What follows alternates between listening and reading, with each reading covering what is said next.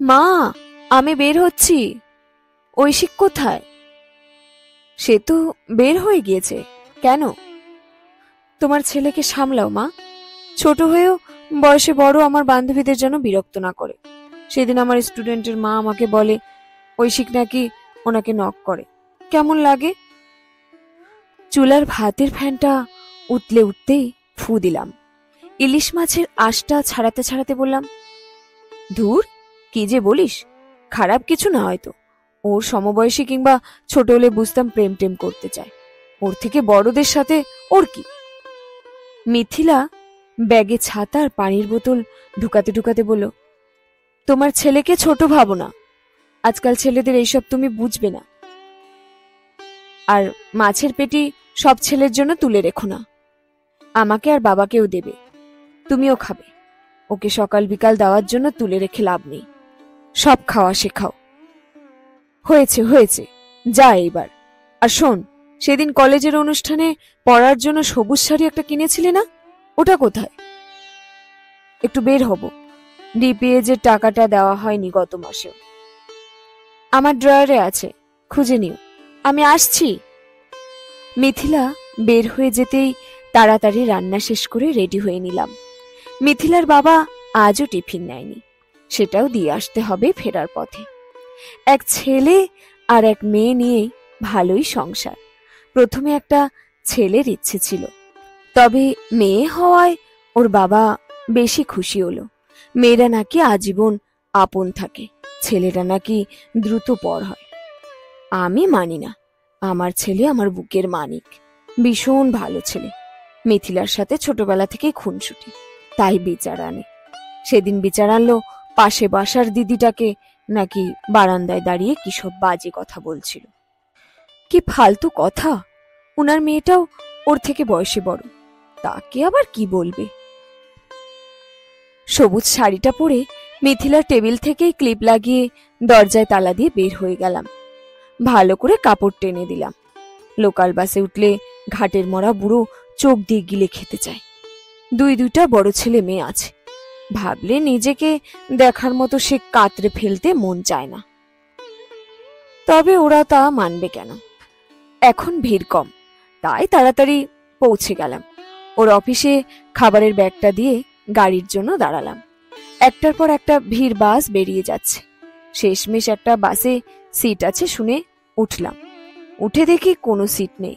Helper বলে, সামনের স্টপে লোক নামবে, তখন বসেন।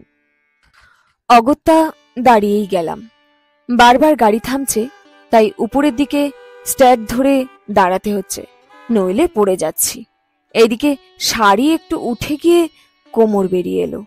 তা অনেকের যে চোখ এড়াচ্ছে না বোঝাই যাচ্ছে।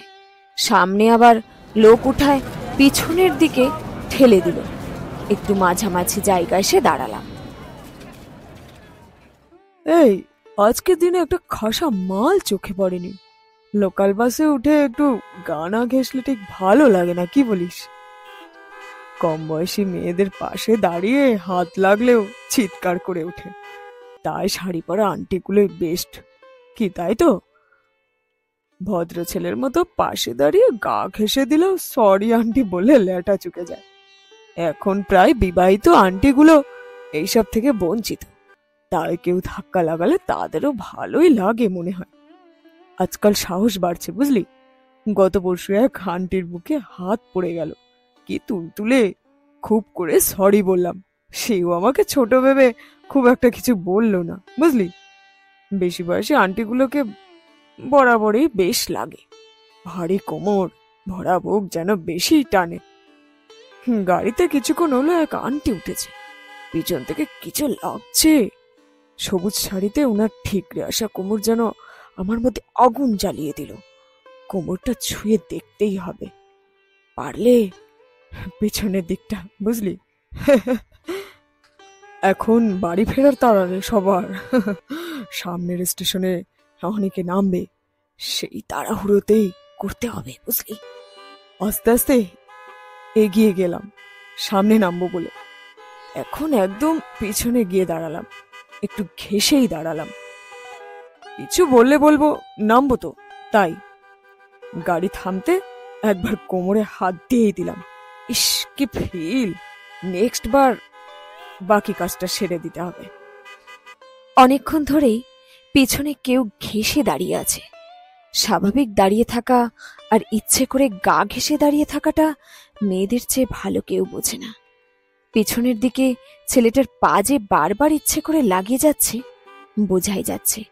জ্যামের জন্য গাড়িও এগোচ্ছে না। একটু এগিয়ে গেলে আবার ব্রেক করে। কোমরে হাত দিল কেউ। সারা শরীরে ঘিন ঘিন করে উঠল। এত জঘন্য স্পর্শ হয় তা ঠিক বোঝানো যায় না শব্দে। রাগের চোটে আমার চোখে পানি চলে এলো। আসলে এই বয়সে এসে ছেলে মেয়ে বড় হওয়ার পর যেন নিজেকে শরীর ছাড়িয়ে মাতে গুটিয়ে ফেলেছি। শরীরটা যে এখনো এমন হেনস্থা হতে পারে মানতে পারছি না।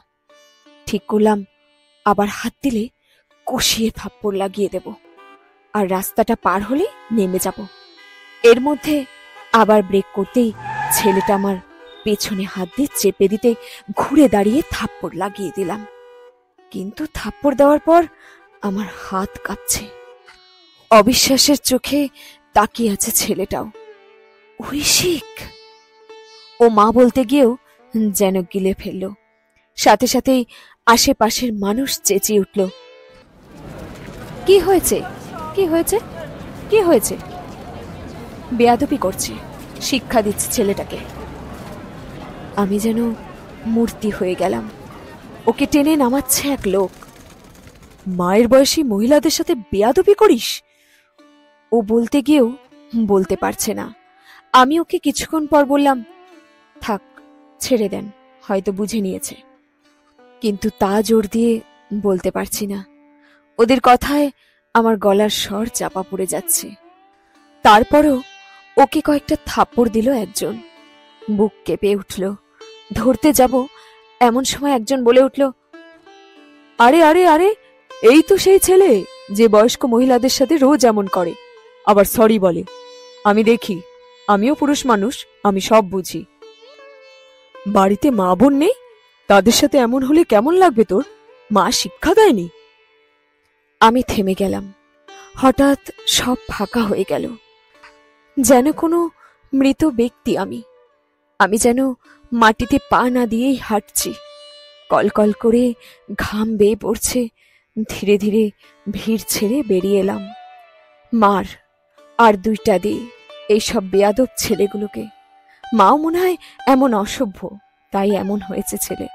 মা আছে কিনা দেখ, এইসব ছেলে বেজন্মার ঘরে হয়। কথাগুলো যেন আমাকে জীবন্ত লাশ বানিয়ে দিচ্ছে। আমি একবারও আর ফিরে তাকাইনি পিছনে। হয়তো সে চেয়ে আছে আমার সাহায্যের জন্য। সে যেমন আমাকে কোনো মাংস পিণ্ড ভেবে হাত বাড়িয়েছে, অচেনা মানুষ ভেবে, আমিও হয়তো অচেনা ছেলেকেও এইভাবে থাপ্পড় লাগালাম। নিজের ছেলে হলে আরো বেশি শাস্তি দেওয়া উচিত। সে যদি ভাবতো আমার মা আর দিদিও এইভাবে চলাফেরা করে, আমি কারো গায়ে হাত দিলে তাদের গায়েও কেউ দিচ্ছে, তাহলে হয়তো সে কারোর সাথে এটা করতো না। আর সে যে কেউ এর মধ্যে আমিও পড়তাম না। ছেলেকে আদর দিয়েছি বটে, তবে আমি অমানুষ বানাইনি। সে নিজেই পুষেছে এই বিকৃত মানসিক রোগ, তাই সে নিজেই ভুগছে আর ভুগবেও ভবিষ্যতে। ছেলেদের এইসব মানসিকতা কোনো পরিবার থেকেই পায় না। তারা নিজেই পোষে। তাদের এভাবেই শাস্তি পাওয়া উচিত। আজ আমি ওর মা বলে ও চুপ ও নির্বাক। কাল যার গায়ে হাত দিল সেও কারো মা।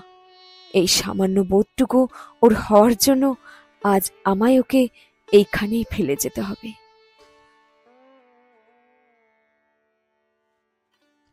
সন্তান যখন অমানুষ। কলমে দোলনা বড়ুয়া, তৃষা।